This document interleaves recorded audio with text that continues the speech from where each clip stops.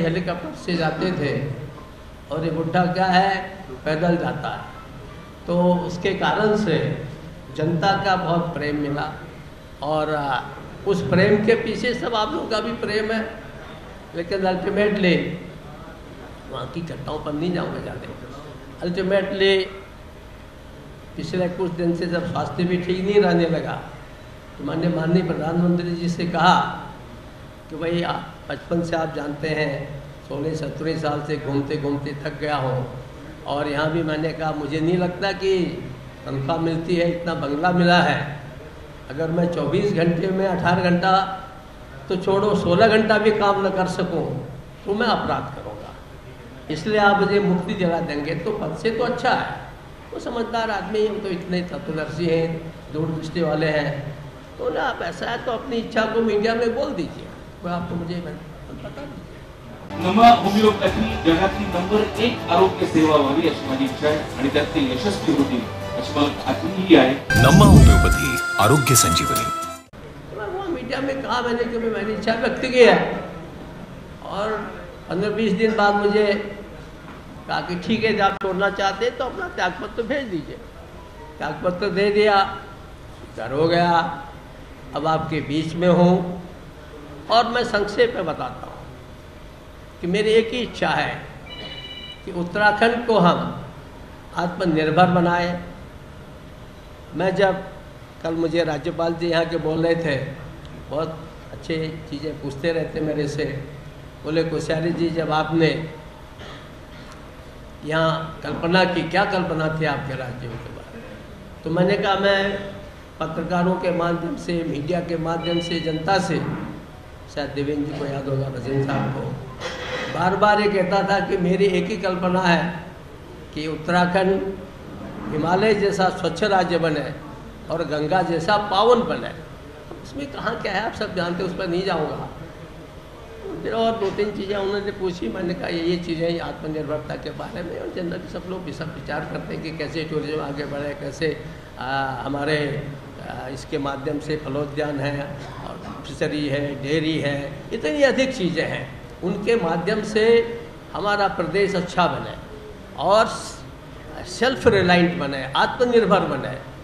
और आपको बहुत से लोगों को खुशी होगी, आप जा कर के देखते होंगे यहाँ अनेक लोग ऐसा उदाहरण प्रस्तुत कर रहे हैं, दिल्ली, देहरादून, बम्बई, दिल्ली आदि छोड़ कर के उन्होंने फल उद्यान, फिशरीज के अंदर काम, यानी एक ही व्यक्ति 40-40 लाख की सेव बेचने का काम कर रहा है और नए प्रकार का सेव है। तो इस प्रदेश में समृद्धि आए और प्रदेश आत्मनिर्भर बने, ये मेरा सपना था और लोग स्वयं उस दिशा में काम कर रहे हैं। और मेरा काम इतना ही है, जो भी जीवन का समय बचा है, शैक्षणिक क्षेत्र में मेरी रुचि है, वो काम मैं करता ही रहूँगा, वहाँ से भी करता रहता था, लेकिन इस क्षेत्र में कैसे कोऑर्डिनेट करके, समन्वय करके, मैंने वहाँ के कॉरपोरेट से कहा, बिरला जी का ट्रस्ट कुछ कर रहा है, पिरामल का कर रहा है, टाटा का कर रहा है, तो मैंने कहा एक कोऑर्डिनेशन होना चाहिए जिसके माध्यम से किसको कहाँ क्या करना है और ऐसा चित्र बना करके एक समग्र विकास हो और प्रदेश आत्मनिर्भर बने। ये उस दिशा में काम करने का एक मेरा जो भी जीवन के समय बचा है वो काम करने का मेरा संकल्प था। और मुझे लगता है कि आप सब लोगों को प्यार मिला, आप सब लोगों के प्रेम से भारतीय जनता पार्टी ने राज्य बनाया, भारतीय जनता पार्टी ने विशेष दर्जा दिया, भारतीय जनता पार्टी ने इसको औद्योगिक पैकेज दिया। और मुझे लगता है कि प्रधानमंत्री जी इतनी योजनाएं बनते हैं, आप सब देखते हैं कि उनकी कितनी योजनाएं हैं, उन्हीं जो योजनाओं का सही उपयोग किया जाए। मैं मुंबई में लोग मेरे पास मिलने आए, 200 लड़के आए और ऐसे ही 200 यहाँ के लोग आए जो रोजगार कर रहे हैं, यहाँ पर भी काम कर रहे हैं। उन्होंने कहा नहीं, हम वापस जाना चाहते हैं, हम काम करना चाहते हैं वहाँ। तो एक प्रकार से यदि लोग वापस आएंगे तो जो एक घोस्ट विलेज करके बोला जाने लग गया है, वो एक प्रवृत्ति बदलेगी और हम सब लोग निश्चित रूप से जैसा आदर्श उत्तराखंड चाहते हैं वैसा आदर्श उत्तराखंड बनेगा। जिंदगी के जो शेष दिन बचे हैं, आप सबके सहयोग और प्यार से यदि उसमें कुछ मेरा योगदान हो सके तो उसके लिए प्रयास करूँगा। क्योंकि आपने बुलाया तो मेरी तो इतनी बात है, कोई आप लोगों को पूछना हो तो पूछिए।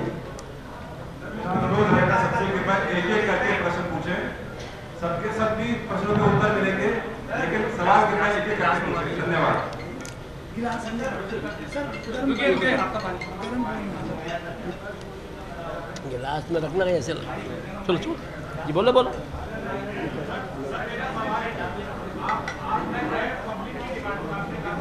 जरा यार सब लोग सुन, आपके पास दूसरा वो नहीं है माइक? ठीक है क्या? सर मेरा सवाल है कि आपने कहा कि आपने पब्लिक की डिमांड पर आपने गवर्नरशिप को एक्सेप्ट किया, तो पब्लिक की अगर कुछ और ऐसी कुछ डिमांड आती है तो क्या आप आगे किसी और पॉलिटिकल पार्टी के लिए तैयार रहेंगे? देखिए, मैं अब ये जो सक्रिय राजनीति है उससे दूर हो गया, पहली बात। दूसरी बात, जिस भारतीय जनता पार्टी ने मुझे इतना सम्मान दिया है, इतने अवसर दिए हैं, तो दूसरे की बात तो सपने में कोई नहीं सोच सकता। जी बोलिए। आप अभी भाजपा के मेंबरशिप से आपने रिजाइन कर दिया था, जी अब क्या वापस आप मेंबरशिप लेंगे भाजपा? ऐसा है, मैं जब भारतीय जनता पार्टी में नहीं था तो भी, और आप सब लोग भी बिना पार्टी के मेंबर रहे हुए भी कहीं न कहीं किसी न विचारधारा का, किसी पार्टी का कहीं न कहीं समर्थन करते ही रहते हैं, उनको सहयोग करते रहते हैं। इसीलिए पार्टी का सहयोग करना, माने राष्ट्र का निर्माण में जो भी काम करना है उसमें सहयोग रहेगा, और कोई इसके लिए मेंबरशिप का कोई बहुत जरूरी नहीं है। सर आपके शिष्य रहे मुख्यमंत्री के कामकाज को किस तरीके से आंकते हैं सर आप? मुझे तो आप भी मेरे शिष्य लग रहे हैं, बड़े प्यार से पूछ रहे हैं। देखिए, यहाँ कोई किसी का शिष्य नहीं है। पुष्कर धामी स्वयं प्रधानमंत्री कह गए कि अच्छा काम कर रहे हैं, और मुझे भी लगता है कि वो पूरी निष्ठा से काम कर रहे हैं, और जो भी सुझाव जनता देती है उसका वो ग्रहण करते हैं, पालन करते हैं, क्रियान्वयन करते हैं। तो मुझे लगता है कि वो बहुत अच्छा काम कर रहे हैं। बोले बोले। हाँ, आपको चीफ मिनिस्टर की कुर्सी ऑफर होती तो क्या आप एक्सेप्ट करेंगे? देखो, आप समझदार आदमी हैं, ये ऑफर आएगा ही नहीं। सर एक सवाल है कि आपका जो टेन्योर है सर गवर्नर ऑफ महाराष्ट्र जी, उसमें काफी सर ऊपर नीचे भी रहा, टर्बुलेंसेस भी रहे, आपको स्टेटमेंट भी नहीं दिया गया, कई बार आपका बयान दिया है सर, तो उस अनुभव को साझा करना चाहेंगे सर? हाँ, अब वैसे महाराष्ट्र के बारे में बोल दिया मैंने महाराष्ट्र वालों को, क्योंकि आप बोल रहे तो एक दो बात को बोलूँगा। पहली बात यह है कि हमेशा आदमी को सीधे रास्ते से चलने का अभ्यास छोड़ के जो टेढ़े मेढ़े रास्ते मिलते हैं उनसे भी चलने का अभ्यास होना चाहिए। और मैं हर रास्ते से चलने का अभ्यस्त हूँ, केवल दुराचार, व्यभिचार, भ्रष्टाचार के रास्ते में नहीं चलता हूँ। तो इसलिए मुझे ऐसी कोई परेशानी होने का सवाल ही नहीं है। आनंद आया। महाराष्ट्र के लोग, आपको एक बात बता दूँ आप सबको, मैं महाराष्ट्र के जो लोग हैं, महाराष्ट्र की जो जनता है, आप अगर वहाँ जाएंगे, थोड़ा सा शहर के हट के बाहर जाएंगे, आपको लगेगा कि उत्तराखंड में आ गए। ऐसा लगता ही नहीं महाराष्ट्र में कि उत्तराखंड से भिन्न है। और बहुत से शब्द भी मिलते, सैकड़ों शब्द मिलते हैं यहाँ के गढ़वाली कमौनी में। बोलो भाई, और कुछ होगा? हाँ, ये यहाँ जा बोलने पहले आप। महाराष्ट्र की राजनीति में आप जब राज्यपाल थे तो काफी घमासान रहा। अब आप उत्तराखंड जब आए हैं, आप कह रहे हैं कि सक्रिय राजनीति से दूर रहूंगा, लेकिन यहाँ पे भी पार्टियों में जो है चर्चा बढ़ गई है, तो कोई आगे आप बंदे बोलेंगे, कोई विस्फोट करेंगे? देखो, मेरा काम समाधान का है, मेरा काम सृजन का है, मेरा काम विस्फोट का नहीं है। इसलिए आप मेरे से किसी विस्फोट की सब संभावना छोड़ो। वैसे ही हम विस्फोटों से परेशान हैं, कहाँ जो सिमट का इधर कहाँ उधर परेशानी हो रही है, तो इसलिए किसी विस्फोट की कोई संभावना नहीं। और मैं तो कोशिश करूँगा, हमारे जितने सामाजिक है, मैंने कहा ना, मेरी कोशिश ये है कि मैंने वहाँ के कॉरपोरेट्स को कहा कि भाई एक बार हम बैठेंगे और तब आप जो पैसा खर्च कर रहे हो उसका सदुपयोग हो रहा कि नहीं हो रहा है, या सभी लोग एक ही काम कर रहे हो, डुप्लीकेसी तो नहीं हो रही है। उन्होंने कहा ठीक है, आप दोबारा ये बैठेंगे आपके साथ, और अधिक क्या कर सकते हैं, क्या करना है, बैठेंगे। ऐसे यहाँ भी बहुत से लोग काम कर रहे हैं।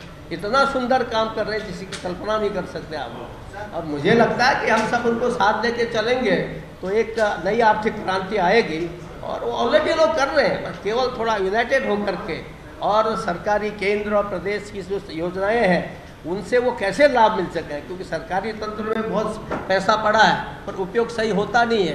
तो एक ऐसी मशीनरी डेवलप करने का विचार है कि जिससे लोग सीधे उसका लाभ उठा सकें। सर, सावित्रीबाई और शिवाजी पर आपके जो 2 बयान थे उसमें बीजेपी भी सहज नहीं हो पाई। शिवसेना में चाहे शिंदे गुट हो या उद्धव ठाकरे हो, तमाम तरीके से आपका विरोध हुआ। इन बयानों को लेकर क्या कहेंगे? आपको लगता है कि वो बयान गलत थे? देखिए, मेरा अगर मेरी से कहीं गलती होगी तो छोटे बच्चे से भी मैं क्षमा मांगता हूँ। और जब एक बयान में मैंने अतिरेक में कुछ बातें बोली, मैंने तुरंत अपोलोजाइज, लेकिन न मैंने कभी सावित्रीबाई फुले के बारे में इतना उनका योगदान बुरा बोला, न कभी मैंने छत्रपति शिवाजी के बारे में बुरा बोला। आगे छत्रपति शिवाजी महाराज के प्रति श्रद्धा नहीं है तो इस बुढ़ापे में काहे बदल चला चलता था। मुझे प्रधानमंत्री जी का फोन आया, कह रहे कोश्यारी जी आप सिवनेरी पैदल गए? मैंने हाँ। वो बोले क्या ऊपर तक 2.5 घंटे में आ गया फोन। कल्पना करें वो व्यक्ति कितना सोचता है, आप कैसे सौभाग्यशाली हैं हम लोग कि 2.5 घंटे में प्रधानमंत्री उसको बधाई देता है कि आप शिवनगरी पैदल, क्योंकि वो भी आज मुख्यमंत्री पैदल गए वहाँ, है ना। तो उन्होंने कहा कि आप पैदल चले गए वहाँ, फिर बोले ऊपर तक गए। मैंने कहा ऊपर तक गया पर ज़्यादा ऊपर जाने का विचार नहीं है। सर, लोकतंत्र में जिस तरीके से एक चीज ठीक है, जिस तरीके से आपने शपथ देर रात दिला दी, अचानक से शपथ दिला दी, उसके बाद बहुत यार 3 साल, कितने साल, 3 साल बीत गए। सुबह 8 बजे शपथ हुई और आप अभी भी करें आधी रात। अगर आप 8 बजे सुबह को आधी रात मानते हैं तो मैं आपके चरणों में प्रणाम करता हूँ। अरे बोल रहा हूँ तो यार। उद्धव ठाकरे को आपने संत भी कहा अभी पहले अपने बयान में ही, और उन्हीं उद्धव ठाकरे को बीजेपी पानी पी कर कोस रही है और आपने संत बता दिया उनको। तो बीजेपी कोस रही है तो बीजेपी से पूछो ना, मुझसे क्यों पूछ रहे हो? मैं तो उसको सरल संत ही मानता हूँ। इतनी गलती कर गया बैठा, अपने पॉलिटिकल एक प्रकार से इतना नुकसान करा बैठा। मगर इतना सीधा सज्जन नहीं होता तो क्या सरकार बननी थी टूट जाती है? क्यों? अब आप कभी कभी संत का लोग उल्टा भी लेते हैं, आप जैसे भी लें। सर, जो महाराष्ट्र में राजनीतिक नुकसान भाजपा का हुआ है, क्या इसी कारण के कारण नहीं माना जाएगा? हाँ जी, जो महाराष्ट्र में राजनीतिक नुकसान भाजपा का हुआ है और आपने रिजाइन किया है, इसके पीछे ये कारण क्यों नहीं है? देखिए, सारे महाराष्ट्र के लोग जानते हैं कि मैं जितना घूमा हूँ, मैं सभी मेरे पूर्ववर्ती राज्यपालों का आदर करता हूँ, सभी मुझसे श्रेष्ठ थे, लेकिन जितना मैं घूमा हूँ, जितने मैंने महाराष्ट्र के जो भी आता था उसको मिला, कोरोना मिला, उनके फेलिस्टेशन कार्यक्रम के, आप अगर पूरा वहाँ का इतिहास लेंगे तो आप कहेंगे कि यू हैव क्रिएटेड हिस्ट्री दिया। और इतना प्यार लोगों का है, कितना रोए होंगे लोग आते समय। तो इसलिए उसका कोई खाली कुछ बोलते नहीं है, कुछ लोगों का बोल दिया क्योंकि मीडिया में आपको अच्छा लगता है ऐसी खबरें है। वो मेरे कोई अच्छा काम किया, खबर तो कम आई वहाँ। हाँ, किसी के बयान पर किसी ने बयान दे दिया तो स्वाभाविक है आप लोग को टीआरपी बढ़ानी पड़ती है, तो आप लोग उसको जो है तिल का ताड़ बना देते हो। कोई बात नहीं, आपका प्रेस है तो बनाएगी। पीछे बोलना, आप पार्टी के लोकप्रिय जनप्रिय नेता रहे, क्या अगर पार्टी आपको चुनाव में फायदा उठाना चाहिए तो क्या तैयार है? क्या आप अर्जुन जी बिना अगर मेरे पद होने 2 साल पहले छोड़ देने से क्या ये दुनिया के लिए एक संदेश नहीं है कि पद और पैसा ही सब कुछ नहीं है? क्या आपको लगता नहीं है कि ये लोगों के लिए उदाहरण बनेगा? लोग कहेंगे देखो यहाँ तो लोग पद को है, पैसे तो भगत सिंह के पास पहले से नहीं, घर किराए में दे रखा है, वो भी अगले साल छोड़ा देगा है? तो इसलिए मैं सोचता हूँ कि अंततोगत्ता उत्तराखंड ही नहीं और जगह भी मुझे लगता है कि एक उदाहरण बन सकता है। आपने कहा कि आप उत्तराखंड बने, गोश्त विलेज जो है वो सुनना भी अच्छा नहीं लगता है, उस दिशा में भी आप काम करना चाहते हैं। यही लाइन सर भाजपा के अंदर अनिल बलूनी भी लेकर चल रहे, तो क्या उनके साथ भी आप उनको लाएंगे आपके साथ? देखिए, जो भी अच्छा काम करेगा, मैं अब पार्टी पॉलिटिक्स होकर के उस काम में अपना सहयोग दूंगा। मुझे, क्योंकि ये उत्तराखंड किसी एक पार्टी, किसी एक व्यक्ति का नहीं है, किसी एक परिवार का नहीं है। सौभाग्य से परिवारवाद अभी कम है, तो इसीलिए हम सब मिल करके, मैं सभी लोगों से मिल के काम करूंगा। आई भवानीचा गजर म्हणजे झी 24 तास